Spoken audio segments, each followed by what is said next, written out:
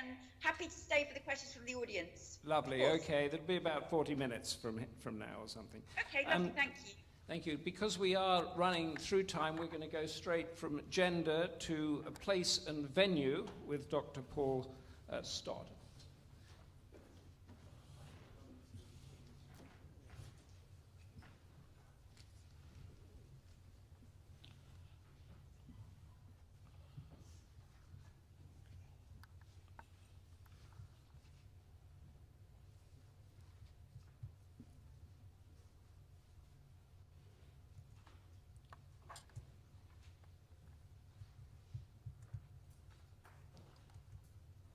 I did like that bit at the end, because we're sitting up here, three guys, right?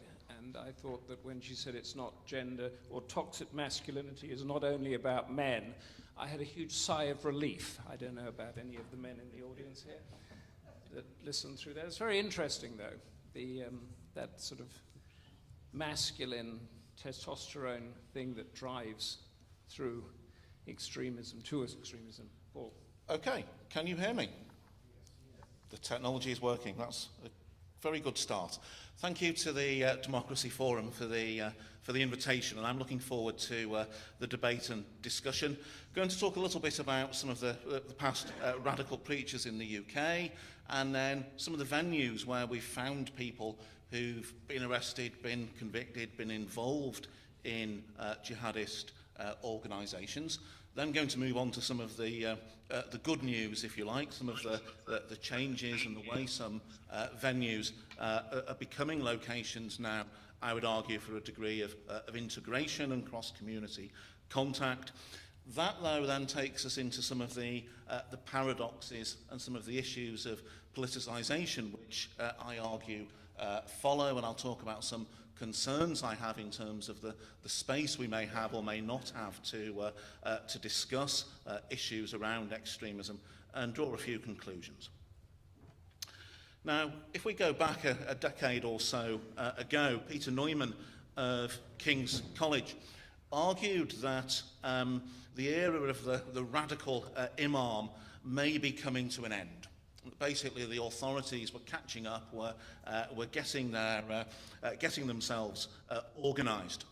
And if you look at the careers of what I referred to in my PhD and forthcoming book as the four lions of British jihadism, I think this is broadly speaking the case. We have Abdul al-Fazl there pictured for a period of Brixton Mosque until he got forced out. Abu Hamza, who many people will remember from his time at Finsbury Park Mosque. Omar Bakri Mohammed, who took a slightly different route in forming the group Al-Muhajirun. And probably the most important in theological and international terms, Abu Qatada. Now, I think the authorities were late in catching up to the threat these individuals and their circles posed, but they did eventually address the problem, and broadly speaking, through the legal system. So let's look at the fate of those four. Abdullah al-Fazl, convicted of inciting racial hatred, and at the end of his sentence deported to Jamaica. Abu Hamza, convicted similarly, and then extradited to the United States, convicted there, serving life in prison. Omar Bakri Mohammed, not allowed back in the country after the 7/7 attacks, and stuck in Lebanon. Abu Qatada, probably the most successful in terms of fighting the authorities, and indeed only left the country to go to Jordan, having withdrawn an appeal against the extradition proceedings he was facing. And indeed in Jordan he seems to have had quite a bit of leeway, but that might be a discussion for another time in terms of precisely what happened there. Where might we find extremists? Well, my image here shows perhaps some of the diversity in venues and locations. If there's any mixed martial arts fan, you'll get the joke here of the UFC building in Ilford. It's not the Ultimate Fighting Championships, but the UMA Fitness Centre. And that's where one of the London Bridge attackers was to be found. So we have a whole range of potential venues over the years, and I've probably not touched on them all here.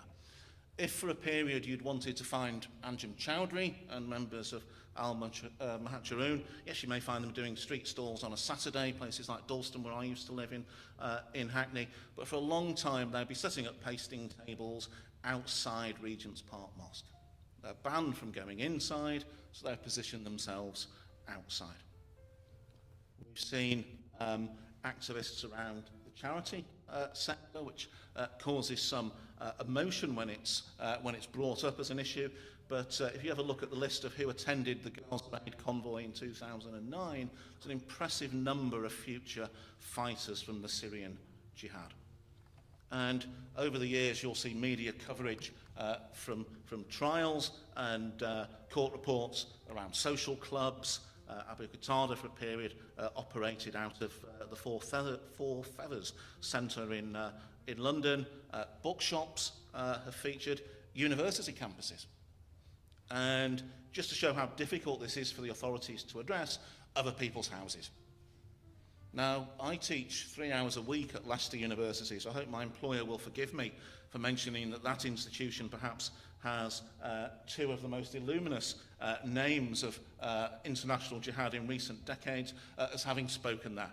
Hafiz Saeed of the Lashkar-Taiba group in 1995 and Anwar al-Awlaki, later of Al-Qaeda in the Arabian Peninsula, just before he left the UK for Yemen.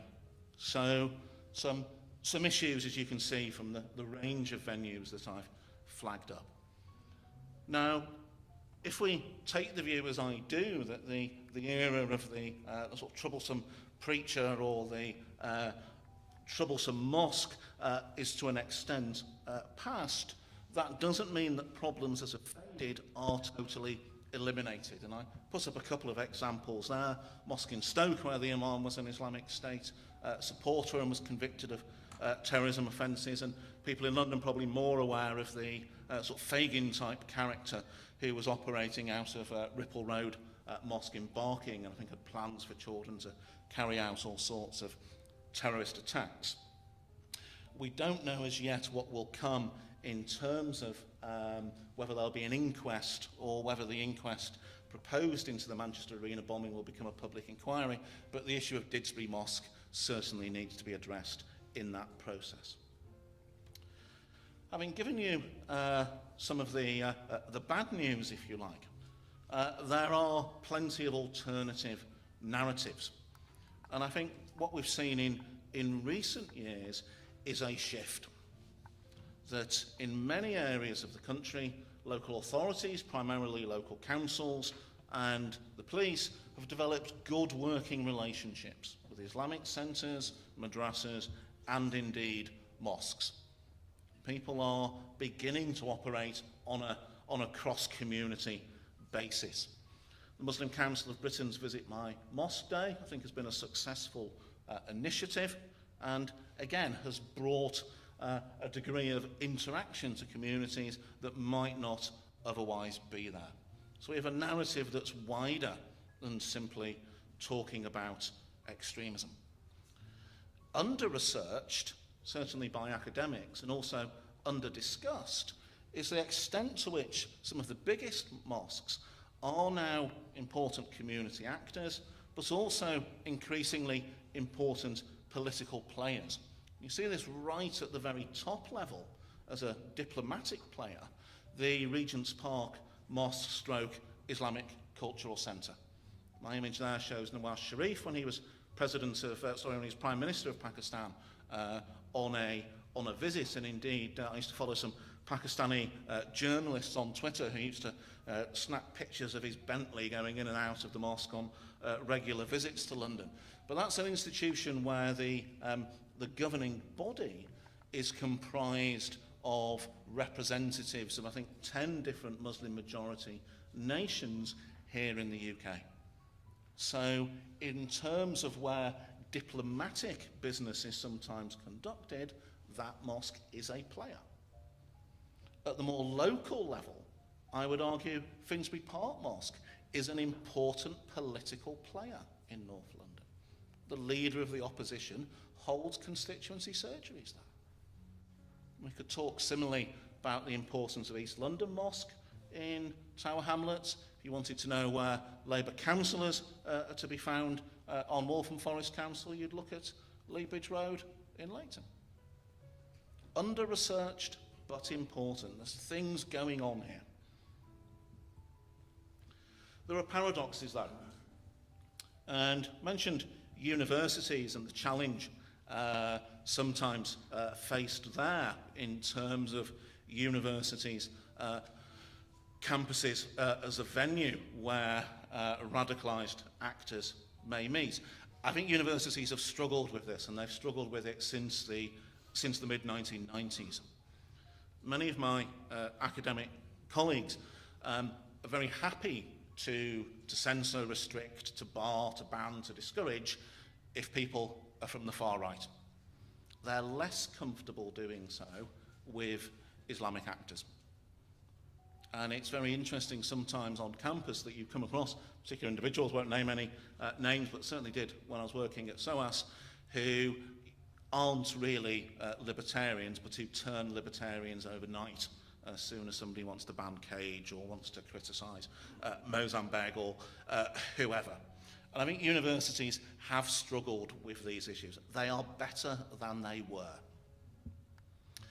My image here shows my two images show another part of this struggle. They're both taken from the Facebook page of the British Muslim Initiative, which was a splinter from the Muslim Association of Britain for a period, and indeed comprised many of the MAB's leading members. I think people like Mohammed Kosbar and Nasser Takriti, Dawud Abdullah have now gone back into the Muslim Association of Britain.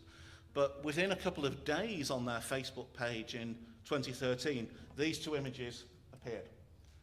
The top one, if you like, a classic anti-Semitic image. Anybody who's read anything about the far right in the first sort of few decades of the 20th century in France or Germany will have seen such images of the Jew in France or Germany. And you know, he's squashing Al-Aqsa Mosque. The same week, you were invited to the open day at Finsbury Park Mosque. And it was sponsored by Islington Council. You can just about make out the logos at the bottom there. That open day event sponsored by Islington Council and the Metropolitan Police. Either they didn't notice the image that preceded the open day flyer on Facebook, or they did and they decided to ignore it. And I could point out a similar example where the Leicester Muslim Welfare House, on their website, have a whole series of pictures of John Ashworth MP attending a dinner, an event at the mosque. The newsletter which advertised his visit made the point that community was welcome, come along, meet the local MP, but no women allowed because the room was too small. So again, either the MP didn't notice or they went ahead anyway. These are some of the paradoxes, some of the issues which will occur through this process of engagement. I also think there's been some challenges, particularly in terms of some of the Muslim Brotherhood-related groups who tend to be very pro-Hamas, where the government has avoided engagement with them at the national level since Gordon Brown's government was angered in 2009 by comments made with regards to British shipping in the Middle East and engagements at the local level. So, for example, one of the mosque trustees at Finsbury Park Mosque was a Hamas member. And that continued until 2017. So there are going to be issues, there's going to be challenges. And I put a couple of issues also where I think the police have developed, as I was saying earlier, good working relationships with institutions, but if you like, the nature of that relationship has become blurred, where we see police officers delivering letters on behalf of the mosque, or equally police officers attending demonstrations after silly things that Donald Trump said. You know, it's not really part of the job. So, looked at some good news, some bad news. I think it will become increasingly difficult to talk critically about some of the areas that I've raised in this talk. But I think once, as the Finsbury Park example perhaps shows, once the authorities have a good news agenda, and booting Abu Hamza out of Finsbury Park Mosque and replacing him with others is broadly a good news agenda, once they have that agenda, they don't want to lose it. Political space for open discussion around radical trends within British Islam will also narrow because of the lobbying of the MCB and the MAB. At times of real intensity, for example, following terrorist attacks, we're now seeing direct lobbying to journalists, to newspaper editors, in particular from the MCB and its media monitoring unit. So just before Christmas, we saw a terrorist attack in Strasbourg, an attack on the Christmas market, and several newspaper websites reported the gunman shouted Allah Akbar during the attack. They were very quickly contacted by the MCB and asked to remove those particular words. This wasn't helpful, this was speculative, could lead to problems. Those were the types of arguments being made. I think the news needs to report what has happened. It's up to others to analyse and discuss from there. And I suspect Mick Dadversey of the MCB deep down agrees with me, because on New Year's Day he retweeted a news report about a far-right terrorist attack in Germany where it was reported the attacker had shouted racist abuse whilst they were being arrested. No different at all to reporting somebody shouting Allah Akbar or whatever. So I do worry with things like the definition of Islamophobia that's on the table at the moment, the rise of lawfare. That political space is narrowing. And my final point really is to just say something very briefly on the investigation I was involved with Andrew Norfolk of the Times on into Al Ryan Bank and Qatari funding of British Islam earlier this summer. A whole series of articles had appeared across Europe following a book called The Qatar Papers, which detailed very significant funding of Islamist groups across Europe by Qatar, and indeed some huge funding of individuals. Claimed, for example, that Qatar pays Tariq Ramadan £35,000 per month. Articles, as I said, appeared in most European nations. They nearly didn't appear here in the UK because the Times got Carter Rucked. The Times faced down Carter Ruck and the article went ahead. And I think it was in the public interest that it went ahead. That significant sums of money in the tens of millions comes into the UK from Qatar and then goes out from the UK to what appear to be Muslim Brotherhood-related organisations across Europe. That is a matter of public interest. But it may get harder and harder to have those types of articles, have those types of discussions. So I'm going to leave you really with the view that things have got better and things may well carry on better in terms of the direct terrorist threat. That venue-based extremism and those radical preachers, as I talked about at the start, it's much harder to do that in the future. The authorities are on the ball. But success may come with a price tag, a narrowing of debate, a narrowing of political space, and that is bad news potentially in a liberal democracy if we defeat or undermine or mitigate the terrorist threat, but surrender much more in the process. Thank you.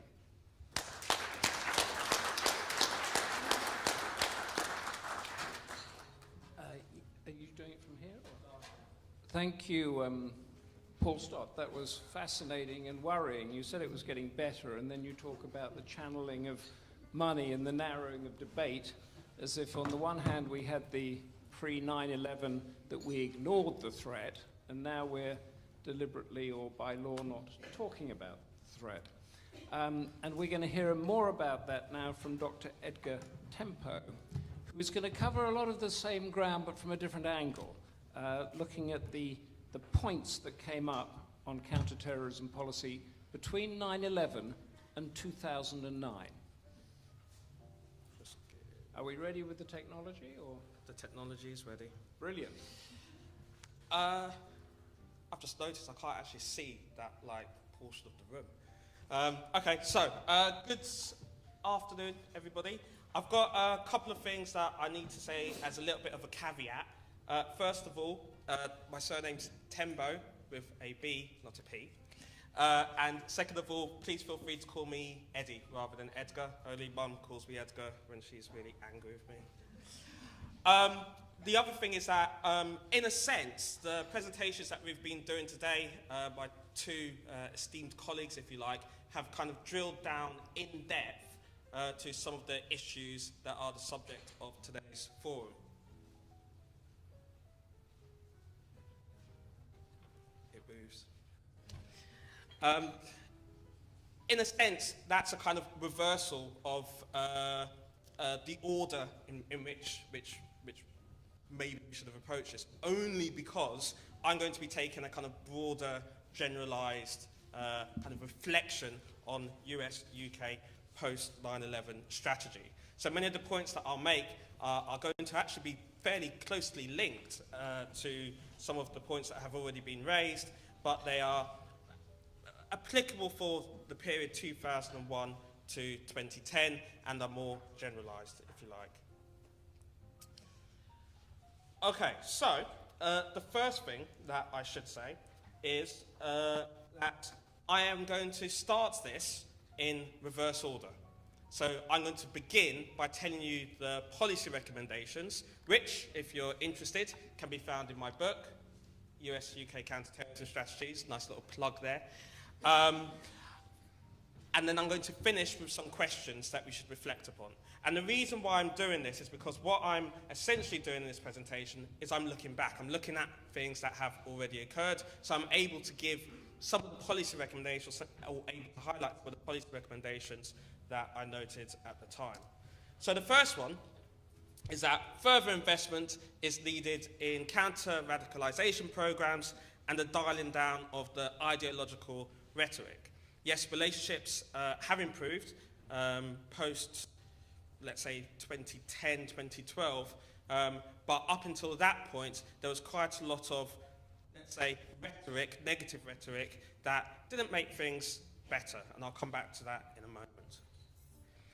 Additional investment is needed, or was needed, in intelligence analysts and sustainable training regimes for new technologies. Again, this is something I'll come back to in a moment. Suffice to say, I did see an article recently in relation to the CIA about whether or not the CIA was, quote, too white to detect the upcoming threat of 9/11. It's that necessity for intelligence analysts that I'm highlighting here. Third, a campaign plan that facilitates joint up thinking between multiple stakeholders across government and the private sector. And finally, terrorism, I would argue, should be seen as an ordinary crime rather than something exceptional. The downside to that, of course, is that it would probably see me out of the job, seeing as I specialise in terrorism and counter-terrorism. Okay, so the next thing that I'm going to highlight, I'm actually going to skip over the slide, but I'll make the point, which is that when I teach and when I deliver talks, I say that there's two things that are essential that we understand when it comes to counter-terrorism. First of all, context. Somebody, I think it was the first speaker, mentioned context. Context is key. It is essential. Nothing that is happening today is the result of a nice linear trajectory throughout history. If you just ask the question of how ISIS was formed, of which one of my students a few years ago asked me to do, you come up with something extremely complicated. This is how ISIS was formed. An ideological battle between the United States and the West. The Soviet Union invaded Afghanistan. The US and others aiding the Afghan Mujahideen, which is why you've got the CIA loves the Mujahideen at the top. Iraq invades Kuwait. Saudi Arabia refuses help from Osama bin Laden. Saudi Arabia accepts help from the United States. The United States ejects Iraq from Kuwait. but does not oust Saddam Hussein from power. The US stays in Saudi Arabia, and so on and so forth. Nothing is simple when it comes to an assessment of what is happening today. The other point which I'd like to make is that governments face a challenge, and that challenge is to find an adequate balance between acceptability and effectiveness. From where I'm standing, those lines look very wonky, but on here it's fine. But they need to find a balance between acceptability and effectiveness. How acceptable is a counterterrorism policy, technique, strategy versus how effective it is? i.e., will the majority of the population be comfortable with it? Or do we want to sacrifice some democratic substance in order to be effective against terrorism? Or do we have to tolerate a certain level of terrorism for the sake of maintaining the civil liberties and political rights that we cherish? For a government, it's not easy to develop a counter-terrorism strategy. However, it is something which, as you know, and I'll comment to in a moment, we have done. Perhaps the problem with this balance is encapsulated in something which isn't related to radicalisation so much, but it's encapsulated in this statement that the Irish Republican Army, the IRA, released shortly after the attempted assassination of Prime Minister Margaret Thatcher. They said, today we were unlucky, but remember, we only have to be lucky once. You will always have to be lucky. Which is true when you think about it. So there are some dilemmas, in addition to what I've already mentioned, when it comes to counterterrorism. Alex Schmid, who's written quite extensively on terrorism and counterterrorism, talks about these dilemmas and puts them into 4 categories, if you like. Inaction, which occurred during the 1950s, 1980s. A good example of this will be what happened in France, a so-called sanctuary doctrine. Appeasement, making concessions, if you like. Tough preventative anti-terrorism legislation, which is where we were in the post-9/11 period, such as restrictions on travel to an extent. We did have that debate about ID cards, but we never introduced it. And the introduction of special military units and operations. Those dilemmas have led to contentious practices, what I would argue to be contentious practices. Stop and search, I'm perhaps a little bit biased given my ethnicity. Stop and search is something which sometimes is not a positive experience. Detention without trial, or the extension of pre-charge detention, a debate that we had a few years ago.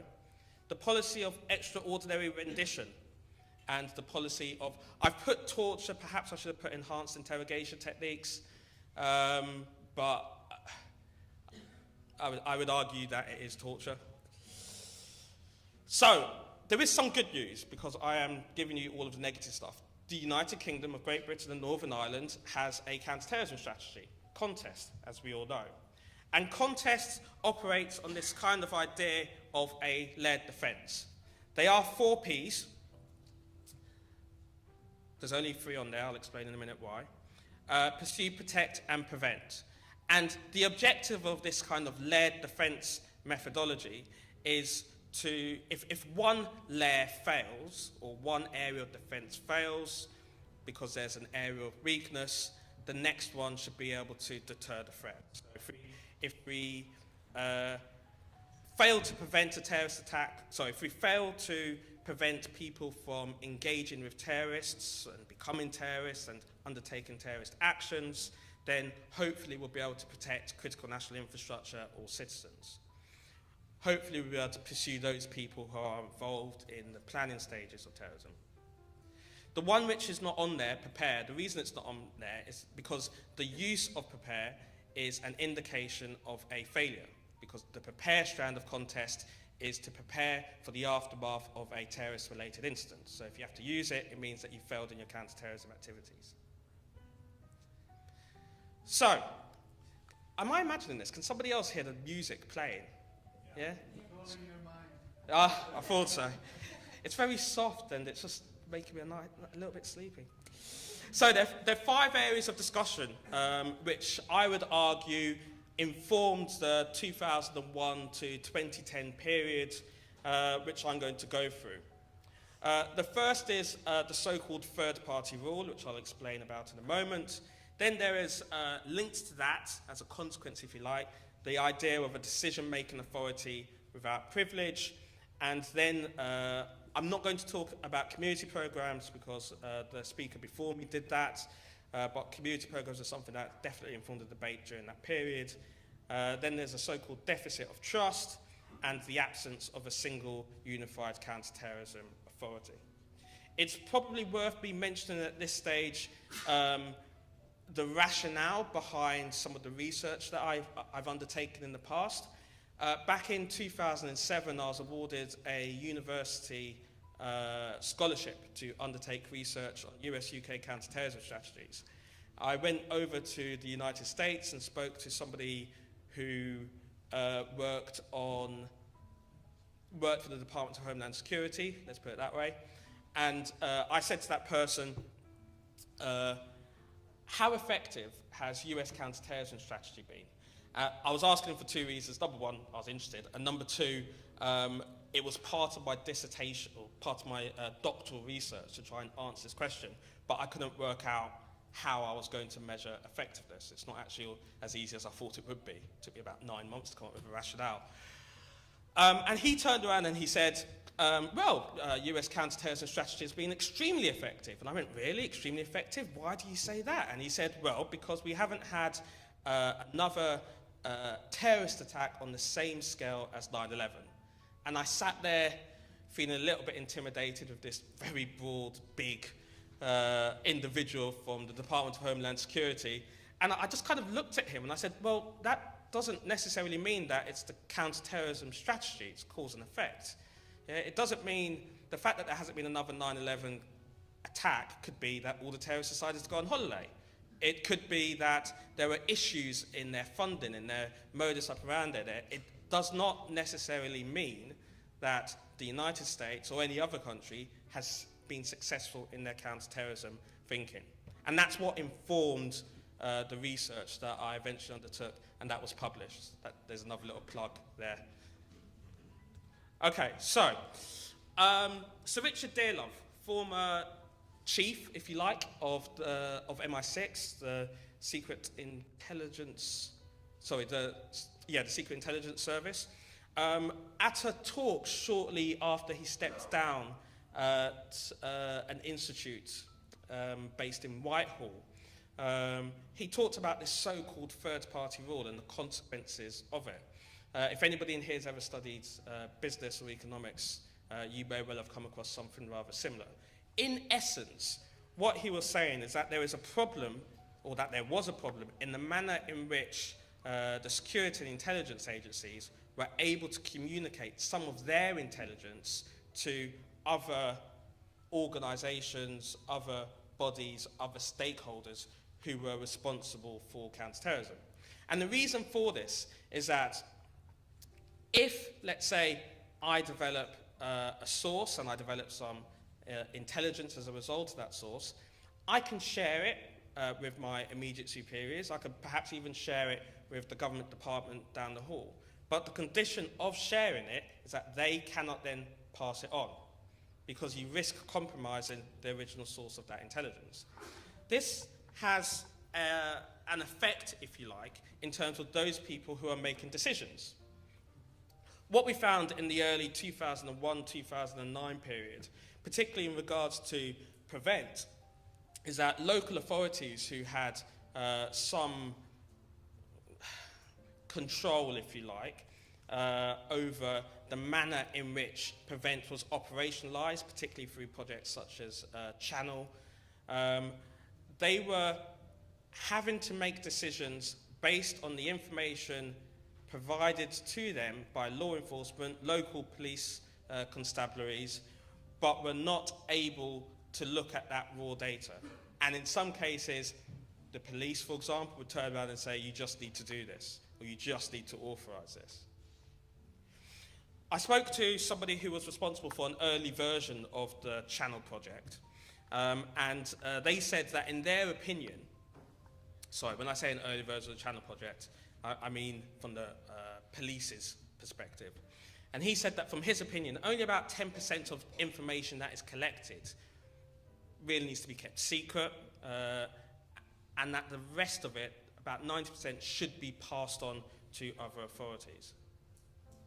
The role of law enforcement is to push for intelligence to enter the public domain so that local authorities can make informed decisions. But this contradicts the role of distributing information to partners in order to stem radicalisation. So the role of law enforcement is to push as much as possible for classified data to be declassified so that local authorities can make decisions. But the role of intelligence agencies is to try and keep as much of that classified in order to protect their sources, if you like. So this one I'm going to kind of like skip over because it's already been briefly talked about. But just to note that in the early post 9/11 years, there were a number of different projects related to the Prevent Agenda. We had Operation Nicole, the Black County Imams Project, and now the Channel Project, which is almost like a kind of underlying backbone of our Prevent strategy. One of the problems with the Channel Project, one of the early problems with the Channel Project, just to mention this here, is the idea that teachers, particularly, I'm a university lecturer, so my job is slightly easier, well, much easier actually, but teachers particularly were encouraged, if you like, to pass information on to law enforcement, social workers, and so on and so forth, about young people regarding potential links to, or the potential to become terrorists, if you like, so their potential for radicalisation. There was a lot of discomfort. Earlier on, somebody mentioned how universities are responding to radicalisation on campus. It is, from, I would argue, from a university perspective, very difficult. It's a very difficult debate to engage in for a variety of reasons, which we could come back to later.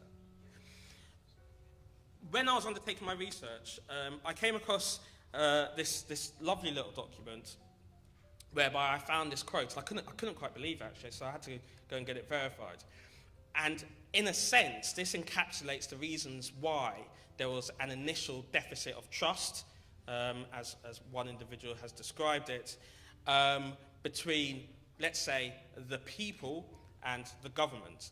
And it talks about the allocation of finances in the early years of the Prevent Agenda. And it said that 6 million, quote, pounds of, was based on, so the allocation of finances, £6 million was based on concentrations of Muslim population with 5% used as a starting point.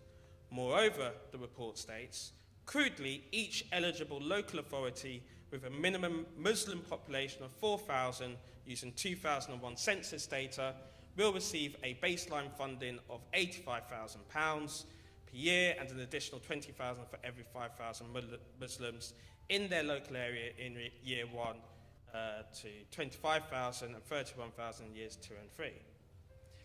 If we go to the box on the right-hand side, Hazel Blair, who was a minister in the Home Office, as it was back then, for counter-terrorism, or with responsibility for counter-terrorism, stated quite clearly, some of our counter-terrorism measures, this was back in 2005, will be disproportionately experienced by the Muslim community.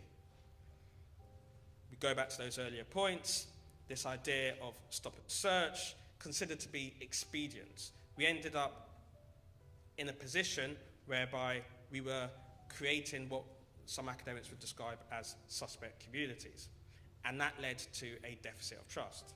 I was very happy to hear earlier on that the relationship between law enforcement in particularly and Muslim communities has significantly improved since this period. Okay, so one of the other issues that occurred in the post 9/11 period was a recognition that the United Kingdom lacked a single unified police force, if you like, to deal with counter-terrorism activity. We have Counter-Terrorism Command based at New Scotland Yard down in sunny London. But their role in this period was to advise other police forces. They were not allowed to instruct. That was up to the local police commanders, if you like. This caused a problem in terms of the manner in which counter-terrorism activity was coordinated. Okay, so some happy news, some more happy news. Towards the end of my research, the period that my research covers, I noted that law enforcement and intelligence agencies were beginning to work very well together.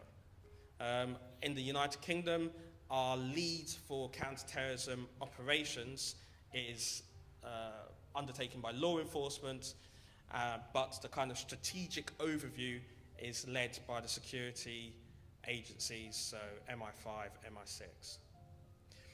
In order to try and circumnavigate the third-party rule, perhaps circumnavigate's a bit of a harsh way to put it, in order to overcome the third-party rule, many organisations, many law enforcement agencies, police constabularies, have developed their own in-house intelligence gathering capabilities. Law enforcement does still have some negative perceptions, but on the whole it's getting better, and the relationship between law enforcement and the military is good. It's much improved, but you do find that there is a duplication of resources, mostly for reasons to do with funding.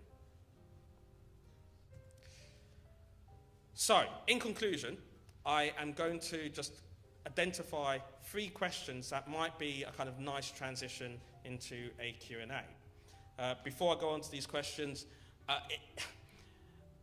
it is worth noting that counter-terrorism, the manner in which we think about it from 2009 up to the present day, has started to shift, in my opinion, into a more kind of favourable arena. We are starting to think of terrorism as ordinary crime. I think that domestically, within the UK and within the United States, that's a good thing. I think as soon as you treat it differently, then those people who are undertaking terrorist acts have something else in their armory in terms of recruitment. Indeed, the IRA, Irish Republican Army, for years wanted to be referred to by the British government as an army, because that gives them some form of legitimacy. They are an army, they are representing a people, therefore they might have something worth arguing about. So my 3 questions is, how much of a threat does terrorism really pose? We can debate that one later on if you wish. Do you think that states have struck an adequate balance between the acceptability of their strategies and their effectiveness? And how are we measuring that effectiveness? For the last one, if anybody has a great metric, which I could use in my next book, I promise you that I will put your name next to it in there. Thank you very much, ladies and gents.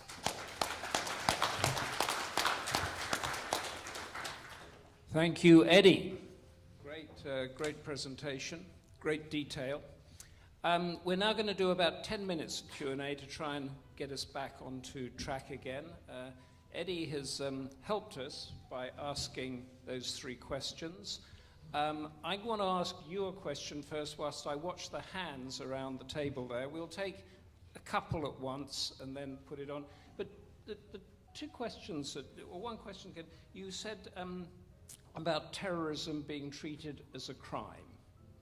And then you mentioned the IRA wanting legitimacy as an army. Why is terrorism not treated as a crime?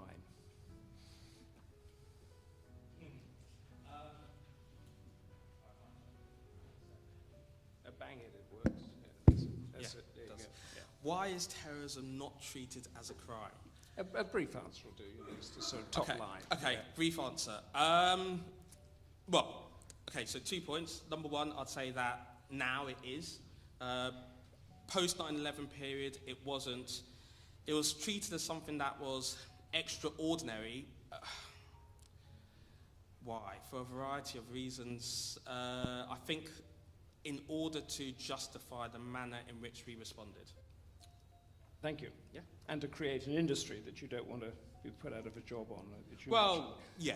Because I did a lot of stuff after 9/11, and that industry was really burgeoning. Now, let's take a question here and a question right at the back. And if you could say who you are, who you belong to, and keep it really tight as a question.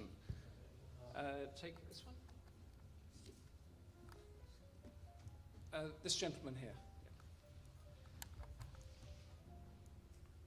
And then we're going to go there, and then we'll get on.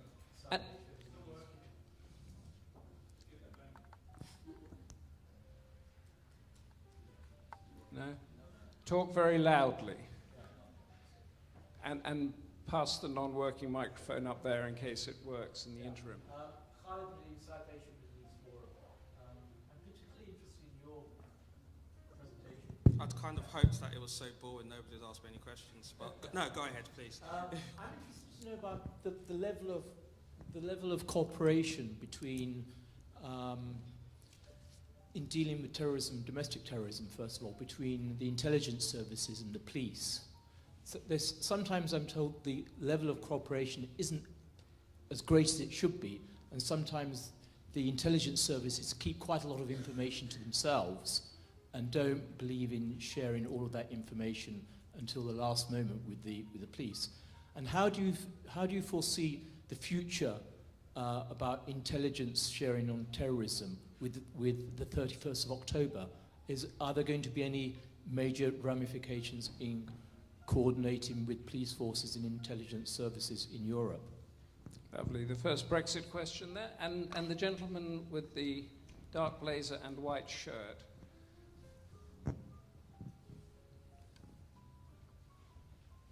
Sorry.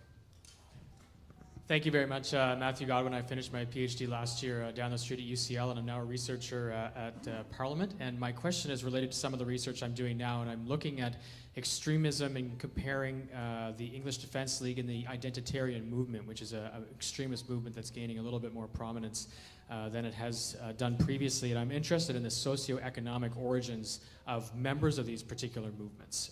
The EDL, as was discussed by Dr. Pearson, seems to have a primarily working class, white, uneducated, sort of economic grievance-driven membership. And what we're seeing with the identitarians is something very different, which is membership from sort of younger, slightly maybe more privileged, more educated, more gender diverse membership. And I'm wondering what's driving individuals to become extremists or join extremist movements from relatively comfortable and relatively privileged backgrounds. Maybe we're seeing similar trends in other communities, in the Muslim community and other communities as well.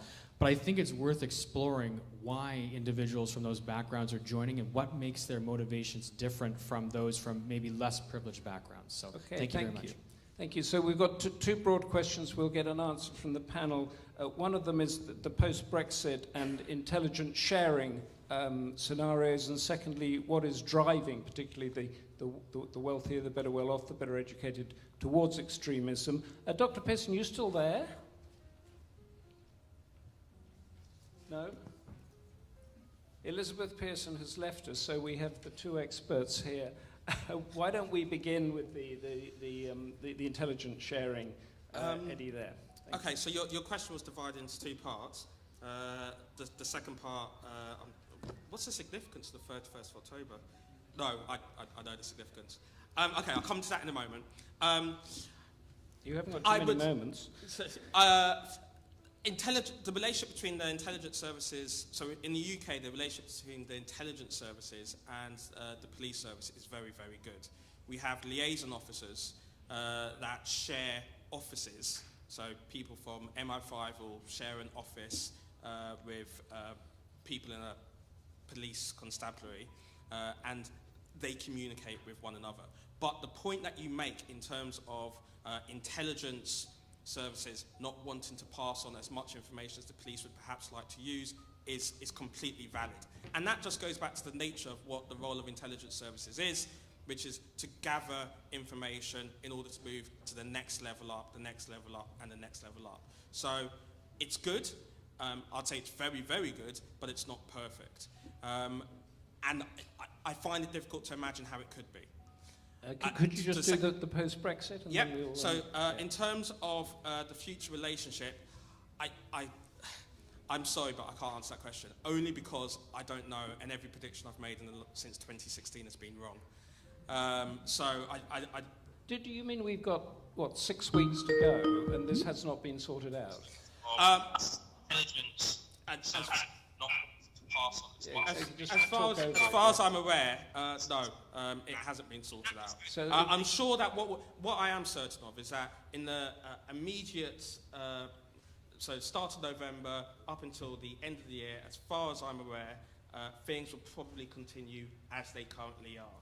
But in terms of the kind of medium to long-term relationship, that hasn't yet been organised. And just how many sort of institutions are being ripped down because of Brexit on this one? That one I don't know. You're picking up the phone and calling someone because you have an agreement.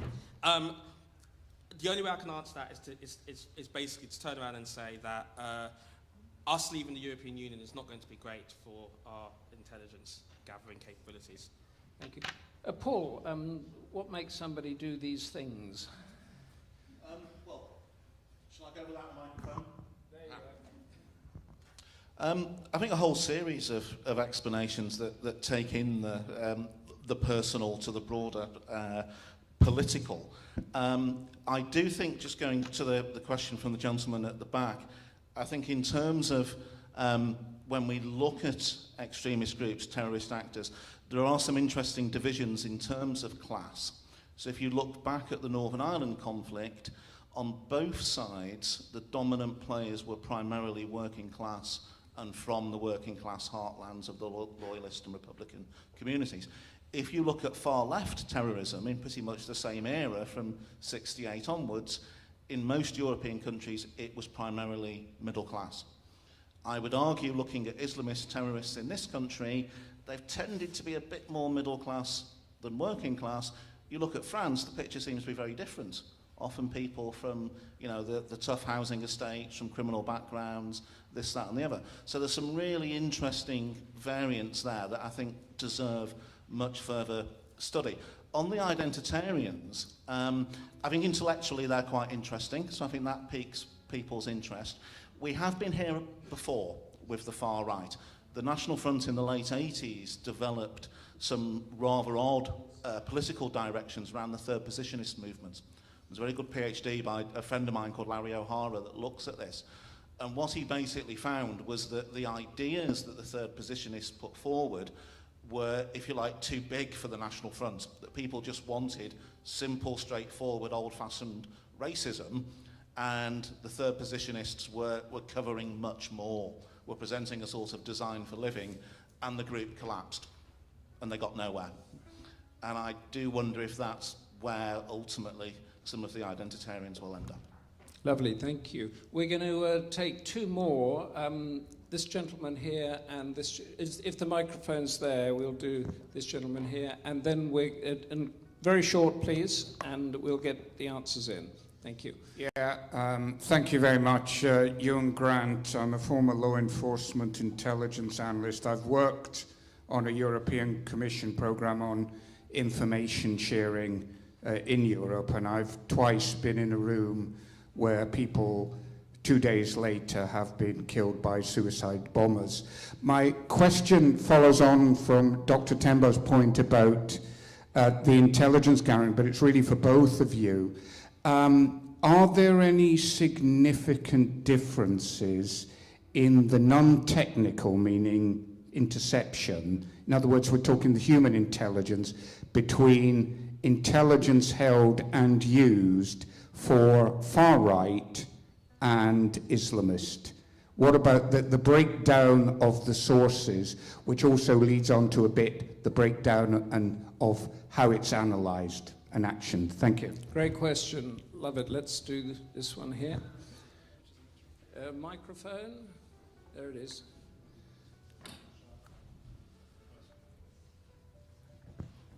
Hello. I'm Mehrab Baloch. I am a blogger and I do research on this thing. Many people believe that the biggest source of radicalization and extremism is a breakdown of the traditional almost all over the world. What is, especially I think Elizabeth is on, what is her opinion, yours as well, sir. Then Islamist extremists are adopting and reorganizing for the future, which is much harder to detect nowadays. What will be the solution and how they're going to be, dealt with in the future? Okay, thank you. Oh, could you just repeat the nub of the question, will you? The last question. Yes. So, Oh, sorry, the first one. Yeah, the first one is many people believe that biggest source of radicalization and extremism is the breakdown of traditional society everywhere, all over the world. What is your opinion on this? And then on the second question, Islamist extremists are adopting to the new environment and reorganizing for the future. So how that's the intelligence services or the law enforcement agency going to prepare for this, and how are they see the signal what they're going through? Thank you. Okay, thank you. Right, we'll wrap this up quite quickly because they're great questions, both of them. Elizabeth Pearson, do we have you again? No. Okay, right. We have the two questions here. The first one is about the difference of intelligence gathering, human intelligence gathering, particularly between the far right and the Islamists. Would you like to deal with that, Paul? Yes. Thank you for the question, Kieran. I think we need to recognise here we're talking about two different actors and significant difference in size. When you look at a group like National Action, which was the far-right group to be prescribed, you're talking about an organisation that was never capable of putting more than 50 or 60 people on the streets for a demonstration. And you compare that to the numbers, for example, in the UK, who went out to fight in Syria, or in the past who trained in training camps in Afghanistan or Afghanistan, Kashmir, whatever. You're talking about much more significant numbers. And the challenge for the authorities, of course, is different with the larger groups, because you're going to have issues around language, you're going to have the difficulties in cultural terms of penetration, different levels of community support. So I'm looking at this as an outsider looking in, but I see the challenges as very different, and so I think the focus almost certainly will be. Thank you, thank you. And then we've got the well, you told us to protect, prevent, and pursue, but I think the question here was the breakdown of society and preparing. How do we prepare for the next generation of extremists and terrorists? Couldn't hear myself. I would say that the best way to prepare is to invest in our human intelligence gathering capabilities. One of the reasons why 9/11 arguably happened was because of a lack of human intelligence. All of our technological manners of gaining intelligence are fantastic and great, so on and so forth, but you need that human intelligence individuals who are able to get involved in these groups and pass information back, because the evolution of terrorism is going to happen. It's always happening. But it's incremental, it's in small steps, and the only way to appreciate when a step has taken place is to have somebody on the inside, I would argue. Thank you, Paul. Thank you, Eddie. That's great. It's coffee time now, but let's keep it to a very tight 15 minutes. I will call you for the next one. You can ask whatever question you want. And thank you very much. Let's give the panelists, Elizabeth Pearson, too, a huge round of applause.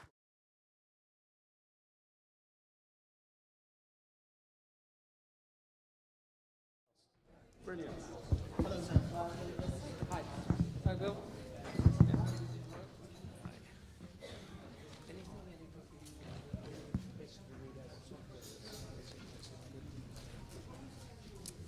Welcome back. We have a working microphone, so we will take advantage of it. We're into the second session now, and the first one, in my view, really did drill down on a lot of stuff I didn't know or wasn't aware of. We're going to have the speakers in the order of which they're on the paper now. So we have Dr. Usama Hassan, who's from the Quilliam Society. Is it the Quilliam Foundation? Yes. And you're sort of quite new, but you're quite punchy, aren't you? We hear about you a lot. Yeah.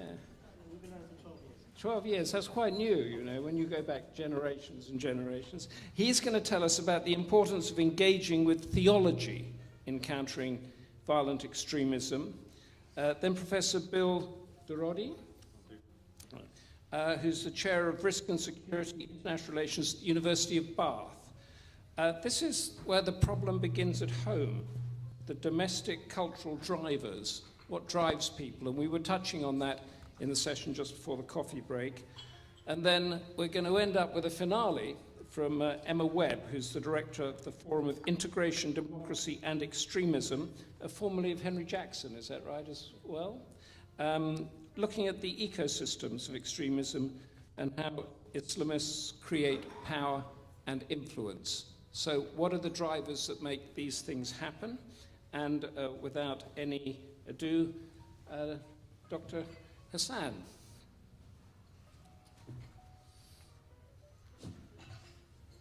Okay. Should I have my presentation here somewhere? Sorry.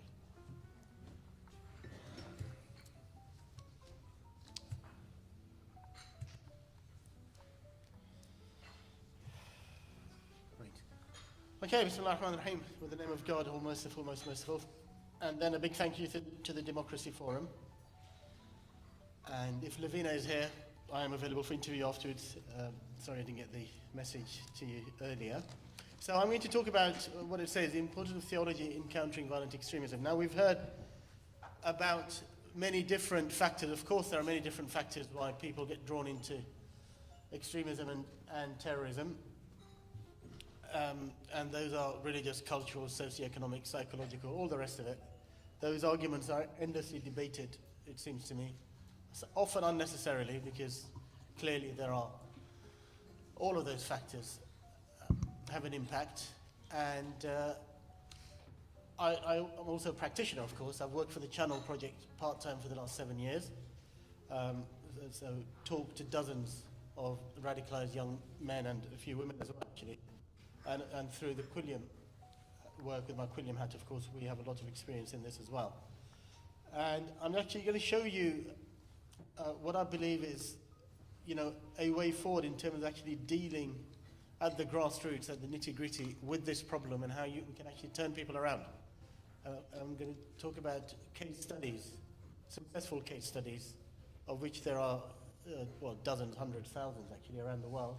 But we often don't hear about them because we often hear the negative headlines only, and our public discourse is often hysterical and based on ignorance. And it's very important for researchers to be aware of this kind of thing, especially because some of these conversations are confidential, so often academic researchers don't have access to them either, and that doesn't help when sometimes academics and universities actually promote ideas which is completely opposite to what we're seeing on the ground. And I've had many arguments with academics who really didn't know what they were talking about. But of course there are many other good ones as well.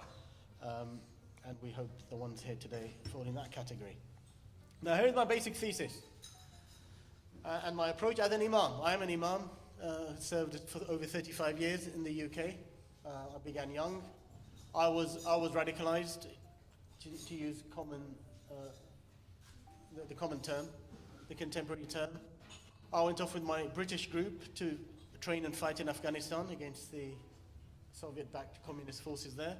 My friend went to fight in Bosnia, Kashmir, Chechnya, Burma, even in the 90s, would you believe, with the Rohingya Mujahideen, way before people knew who they were. We lost friends out there. A couple of my friends from the UK were martyred, and we use that term still. One in Kashmir, one in Bosnia.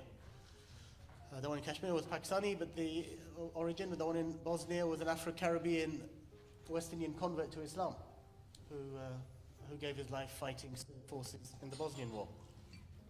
Anyway, if you're interested, you can read other stuff from me online. But through all of that, so I've been involved with Salafi circles. I've been one of the leaders of the Salafi movement in this country and around the world, actually, for the last 35 years. And I've seen the entire spectrum of Salafism and Islamism and the wider Muslim community.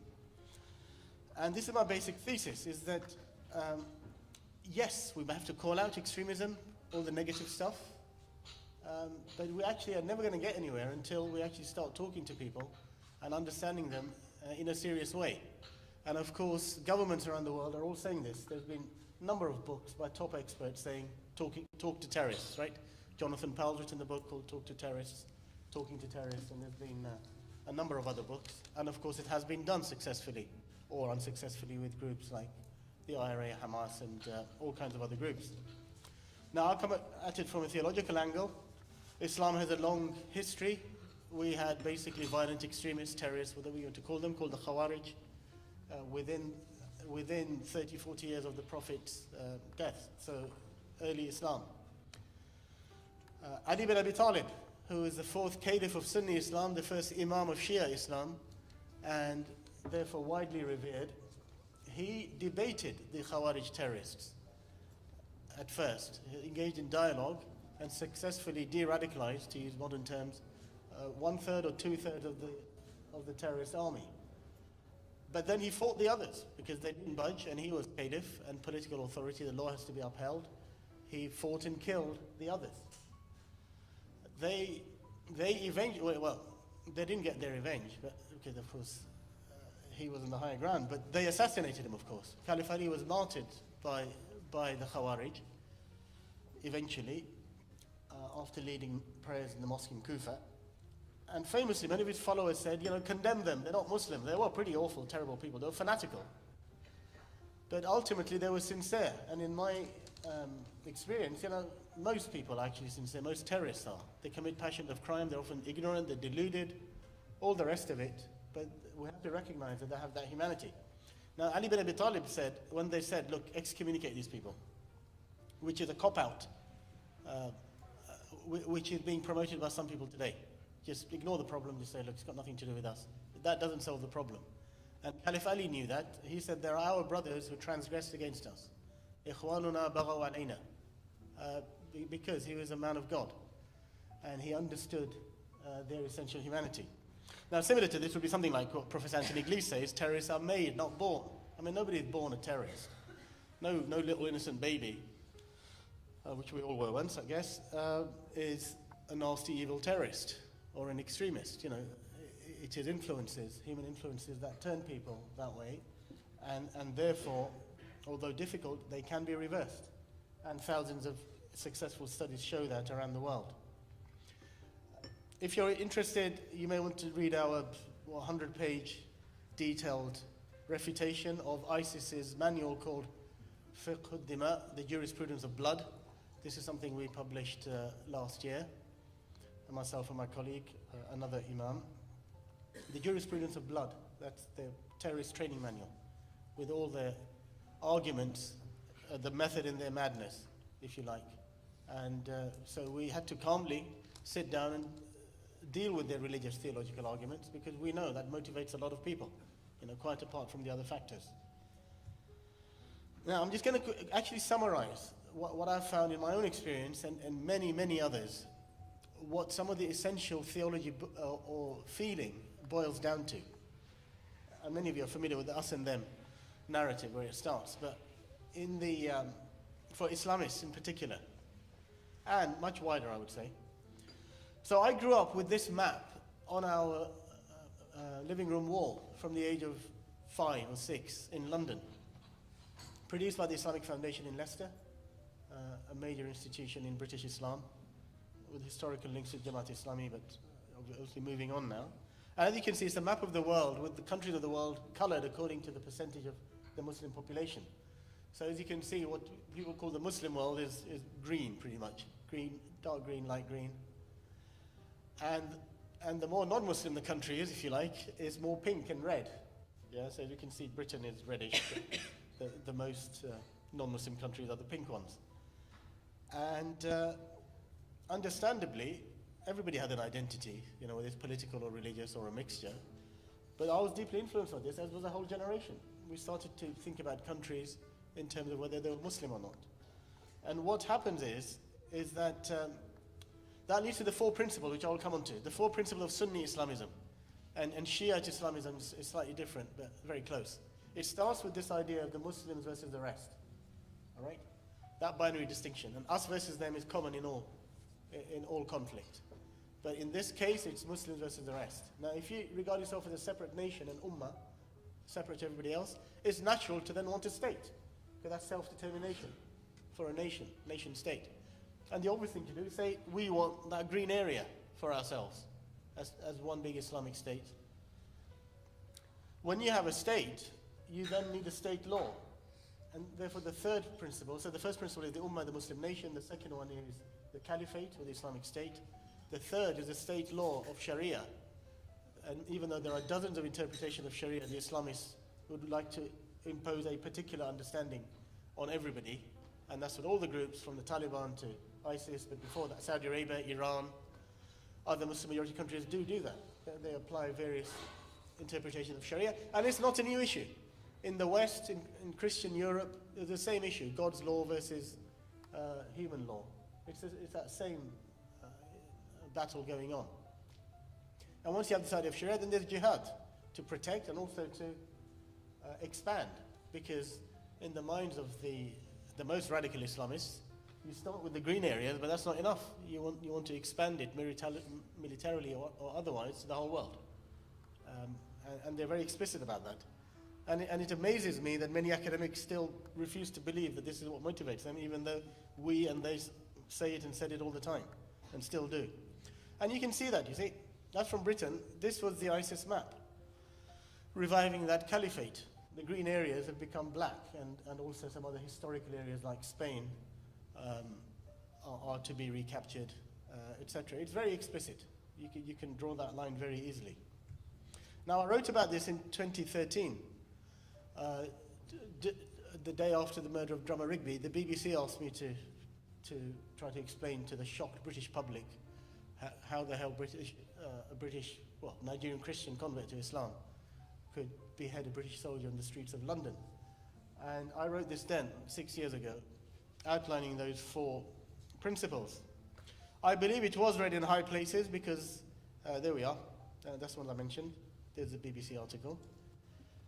2 days later, a certain writer in the Telegraph wrote, "The Islamists want universal Sharia law and other mumbo-jumbo."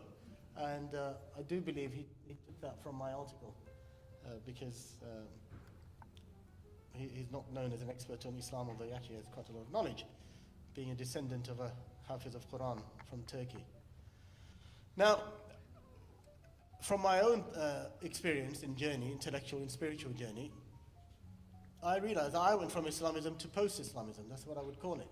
And that's what, of course, in CT circles or CVE circles, we call the exit ramp. And I believe this has not been paid enough attention to because people are still arguing about what the basic situation is. So for example, a key academic recently just talked about Sharia at a public event recently, and I had to correct him and say, and this was a Muslim chap, I said, it's not just Sharia, it's these four principles, and why haven't you been listening? We've been talking about this for years and years. So I don't really have time to go into this, but in detail, I summarized it on this slide, and I've written, and the Quilliam YouTube channels will give you more detail, my article will do that, is that you have these four Quranic notions, these four Arabic words, which are deep theological notions in Islam. In the middle, I've got the Islamist interpretation, which I've already outlined. On the right, I have what I present as a post-Islamist, a more universal reading of those theological terms. And of course, it's a battle of ideas. You know, people are free to adopt what they want and also face the consequences. But what I have found, in my view, that the right-hand column is much closer to the centuries of Islamic tradition and the wisdom which is there, which is lacking amongst the Islamists because, you know, the middle column is their knee-jerk reaction to recent problems like colonialism and the clash with the modern world or modernity, as opposed to traditional religious societies, as somebody mentioned. So those are the 4 pillars of Sunni Islamism, and also my counter-narrative. Now, I talk about that here in detail, what they are, and how you universalize it. So, for example, for me, the Muslim nation becomes universalized to all of humanity, just like John Wesley saying, my parish is the whole world. The caliphate was actually about good governance. And Ibn Khaldun said this 6 centuries ago. It's very clear in his magnificent book, the Muqaddimah. He made it very clear that the caliphate is about good governance and there's no problem having multiple Islamic states. Ibn Taymiyyah actually said the same thing, the great leader of this Salafism. And the Islamists have actually forgotten this, or they don't know it. They literally don't know this stuff anymore. And they've gone back to the medieval picture before that. Sharia I talked about already. I mean, you know, we don't have time to talk about Sharia now, but it's, there are so many interpretations, and it's not a new issue. Christianity, Judaism, and every religious tradition has that discussion. Then there's jihad, of course, which is a deep concept, and it's much more comprehensive than military action or terrorist actions as the Takfiri terrorists do. And we have to reclaim that language, because if you knock these principles, as an earlier version of the prevent strategy did, and I went and talked to the ministers about it, they said anybody who believes in caliphate, Sharia and jihad is an extremist. I said, oh sorry, you just lost most Muslims. How do you expect Muslims to listen to you if you do that? Because all you're doing, you're buying into the Islamist notion in the middle, and you're forgetting any other possible interpretation. And of course the Muslim community won't listen to you. Of course there'll be a deficit of trust, because you haven't bothered trying to go a bit deeper. Right, so language is important, and that's why I don't use jihadism. I use the term takfirism. Because if you make jihadist a dirty word, ordinary Muslims, they do all the time. And we make this mistake all the time. We'll react against it, saying, you're going against a Quranic concept. You're attacking the caliphate. You can attack the terrorist groups, and we have to be more surgical with our discourse. Now, this is a democracy forum. Thank God there is no Thimitude forum. But this is another 100-page essay I wrote, published 3 years ago. And the summary is on the left, really. One of the things that I trace in there is the development of the medieval Islamic political thought from a binary view of the world into the plurality of today in multiple nation states. I gave you a glimpse with Ibn Khaldun and Ibn Taymiyyah, but there's much more than that. And if you're interested, my YouTube talk of 20 minutes is there from SOAS from 4 years ago, where I go through the key points of that. Now, and these diagrams, I'm not going to go through them now, but you can get from the binary ISIS, Al-Qaeda medieval viewpoint to modern viewpoint, tracing right through Islamic history. But I don't have time to do that now, but it is being used actually as the bedrock of some of the Home Office work right now on theology, because it's been accepted and endorsed by the religious scholars in this field. I've already covered this point. So at least a couple of success stories. Over the last couple of years, there's more now, but I've dealt with radicalized and also convicted terrorists in prison. And guess what? They believed, when I talked to them, they believed in these 4 concepts. They always came up. Another one came up last week, actually.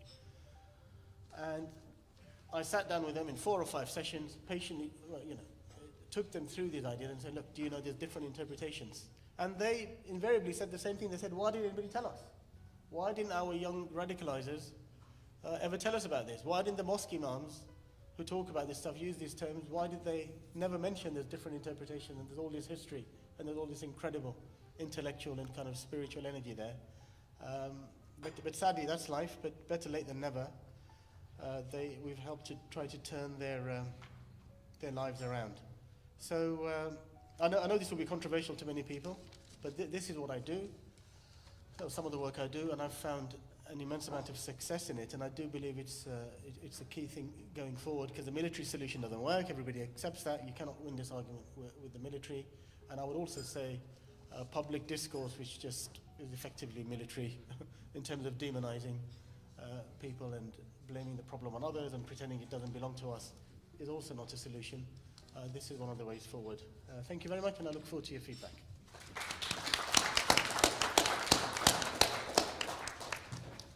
Thank you. That was fascinating, not least because we saw what the religion was and then how it was hijacked. I mean, for us that aren't as intimately involved as yourself, this word jihad, which is automatically associated now with a terrorist, it doesn't mean anything of the sort.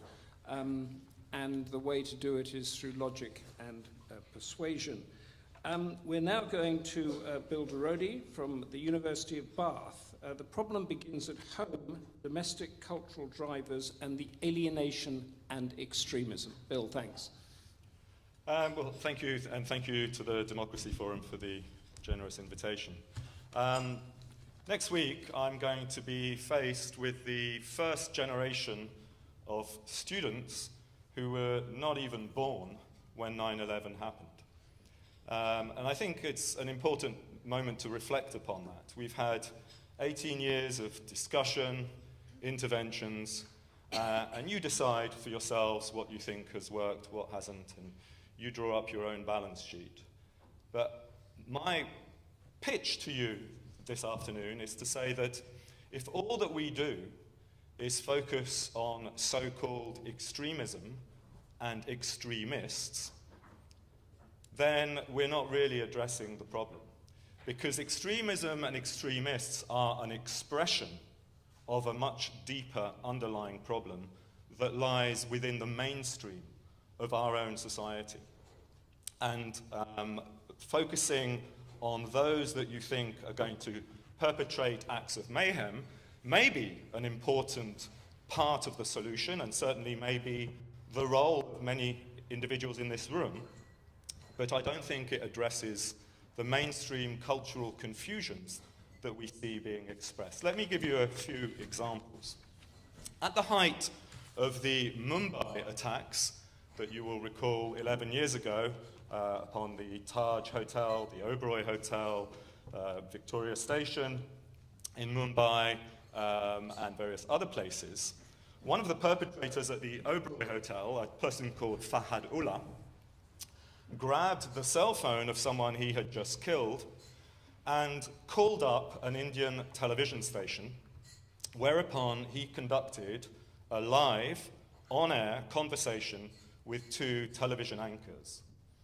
And about a few minutes into the conversation, after he's made all sorts of declarations of being the Deccan Mujahideen that at that point nobody'd ever heard of, one of the anchors says to him, "What are your demands?" And then he feigns not quite hearing, and then the other anchor comes in and says, "Yes, what are your demands?" And what you hear is he puts the phone down, and in the background you hear him say to one of his co-perpetrators, "Hey, what are our demands?"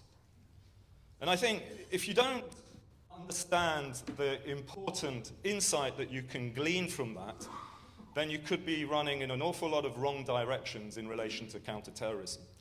Because I think it's very important to see that we have countless perpetrators who are not as clear as the previous speaker has suggested necessarily. Not all of them, but some, who are not as clear as to what it is that they're seeking to achieve. They may be acting out of a sense of perceived grievance. They may be acting out of feelings of anger and resentment, but what their agenda is far from clear and is often, in fact, projected for them into the public domain by so-called terrorism experts. Some people will reply to me, "Oh, but Bill, if maybe these young cannon fodder didn't know what they were up to, but there was someone from a terrorist group in Pakistan who was commanding and controlling them, who was very clear." But we're 11 years on since Mumbai, and nobody's come forward to claim responsibility or to identify what their agenda is. So I think we should dismiss that.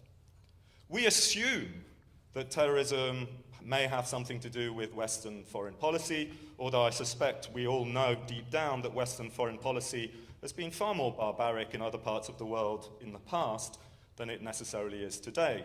We assume and project that it has something to do with race, religion, deprivation, and then this constant reference to the word grievances, which I think it's probably better to understand as a sense of grievance, which may even be encouraged within our own educational system here in the United Kingdom. Because there's one thing we do know, is that we live in an age when people are increasingly oversensitive to causing hurt or offense in the presumed beliefs and feelings of others. People are walking on eggshells when they ought to be having robust conversations about politics, religion, or community. And they're trying to skirt around issues and avoid using particular terms that are projected and perceived of as being insulting or hurtful. But that has led to a degree of paralysis on our part. People are fearful and reluctant to engage, confront, or even just promote what it is that they believe in and stand for. Maybe because Western society today is far less clear about what it believes in and stands for than it may have been, rightly or wrongly, in the past. Avinash Tharoor was a student at the University of Westminster at the same time as Mohammed Emwazi. Emwazi, you will know by the name of Jihadi John, and went round decapitating various people during recent conflicts. Avinash Tharoor wrote an opinion piece in the Washington Post on the 27th of February 2015, in which he recalls a class at the University of Westminster on Kant's democratic peace theorem. Now, I don't want to bore you all with international relations theories, but essentially the idea is that democratic societies are held to be more peaceful than others. But during this class, a young woman who wore the veil stood up and announced to the lecturer, "As a Muslim, I don't believe in democracy." And what Tharoor notices and reflects upon in his comment piece is that the lecturer did not know what to do. Maybe for fear of causing offense to the presumed belief of others, maybe because she was a woman and a Muslim, but he was paralyzed. And I want to suggest to you, it's not just academics that are paralyzed. We increasingly see a political class and social leaders in all avenues that are paralyzed, unable to articulate their values, their beliefs, their agenda, for fear possibly of having it confronted, for fear of causing hurt to others, or worse still, simply because they don't know what it is that they believe. We have evidence of schools in France, the lycées, where history teachers are now reluctant to teach certain aspects of the core curriculum for fear of the comments that they will receive from Muslim students in the class. The Holocaust apparently causes a sense of merriment, or people saying it's all made up.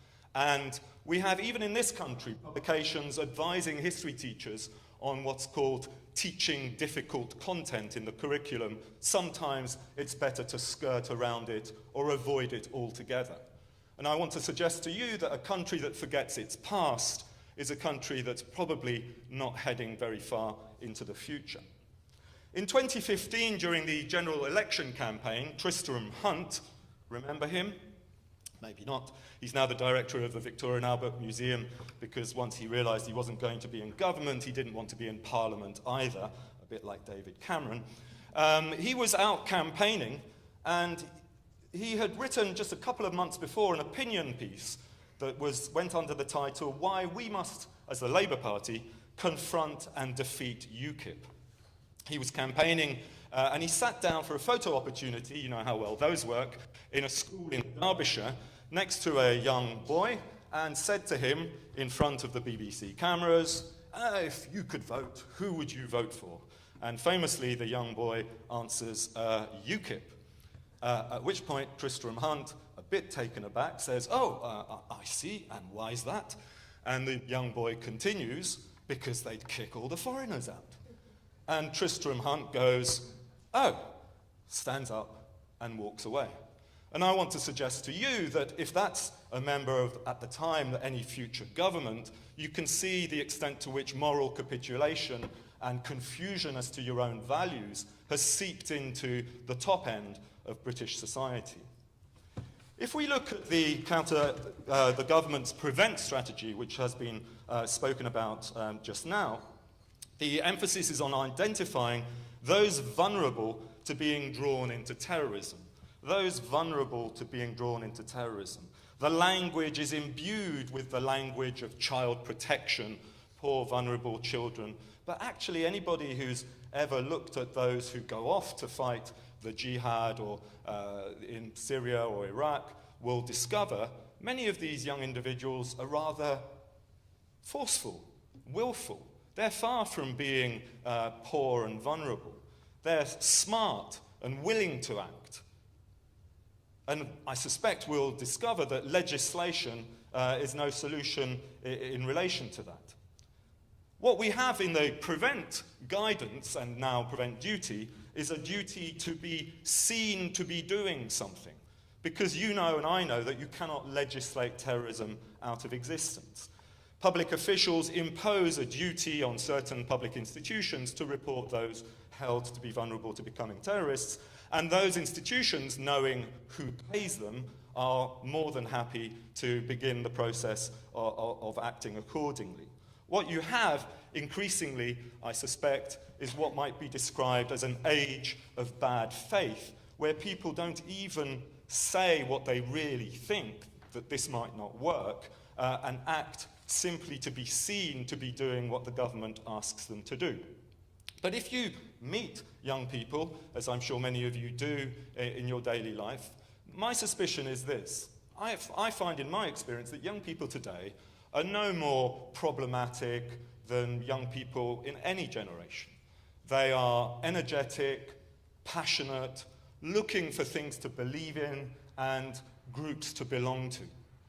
And if anything, it's our inability to provide them with things to believe in and organizations to belong to that then projects them into looking for those kinds of things in other places. So again, it's a failure of the mainstream rather than the supposed attraction of the extremes.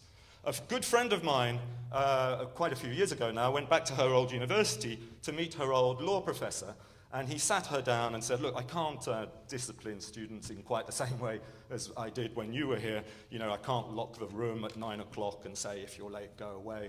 I can't force them to memorize case law because they've all got their laptops and they can just scroll through and see what's happened in any particular case. And he came across to her as basically a bit jaded and worried about student satisfaction surveys, the bane of many academics' life.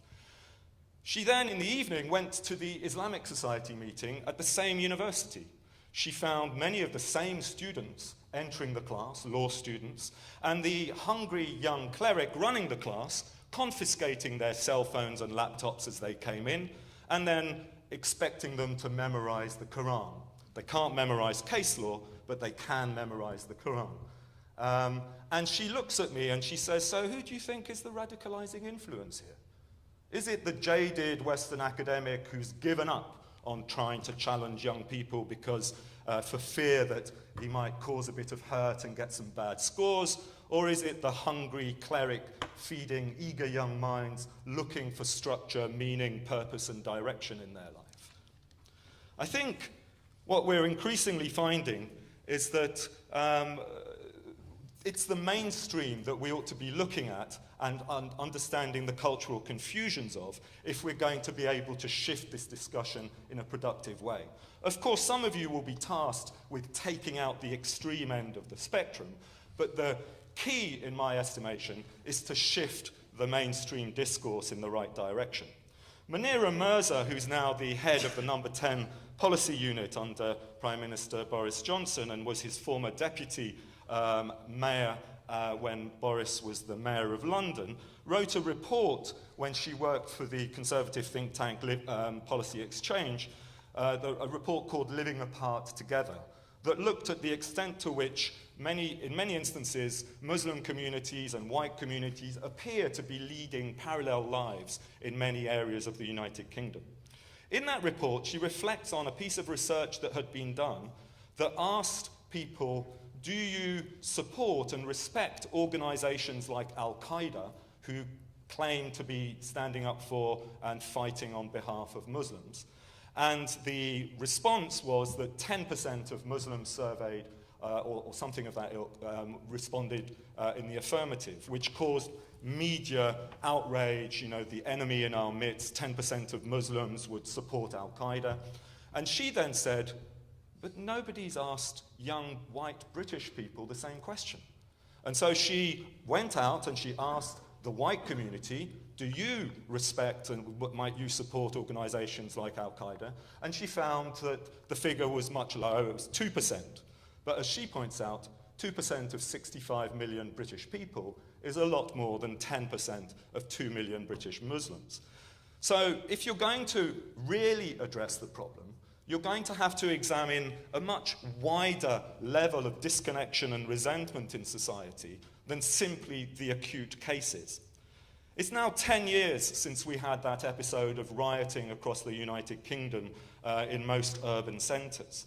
And one of the lessons from that wasn't that it was the poor who were rioting. It wasn't solely the racially excluded, or even the poorly educated. Many of the people who came up to magistrates' courts the following week were found to be the sons and daughters of rather wealthy families who just took part in smashing up their local neighbourhood and ransacking a few local shops. What you have is a degree of disconnection from contemporary society, which I think not sufficient people reflect upon, that is widespread right across the board. In fact, it was noticeable, and I say this because this is obviously a forum primarily established for the South Asian community, it was noticeable that it was Sikhs in West London who sought to defend their properties against the rabble rioting, and who would say the police were nowhere to be seen. We've been left to do the job of upholding public order and our moral outlook in a period when the establishment's own forces of authority are quite transparently absent. The official response to terrorist incidents today and other shooting incidents is to run, hide, and tell. I think that speaks volumes as to the official mindset, as to either their projection of what the public ought to do in such situations, or indeed their own view of what the situation is. Don't confront the problem, run away, call out the professionals. Now, of course, none of us in this room knows how we would personally respond if we were caught up in that kind of incident, and it's not for me to tell anyone to go and confront the perpetrators. But I am thankful that I still live in a society when, halfway through the London Bridge attacks a few years ago, one of the individuals in a pub, confronted with someone shouted, Allah Akbar, went up to them and said, fuck you, I'm Millwall. And I think encouraging that kind of attitude at a wider level in society, a sense of, you may not agree with that person's values, but at least they have some values and standards that they want to see applied, might go a long way to addressing some of the confusions that exist, not just amongst young Muslims, but amongst a much wider layer of disconnected, alienated British youth. Thank you.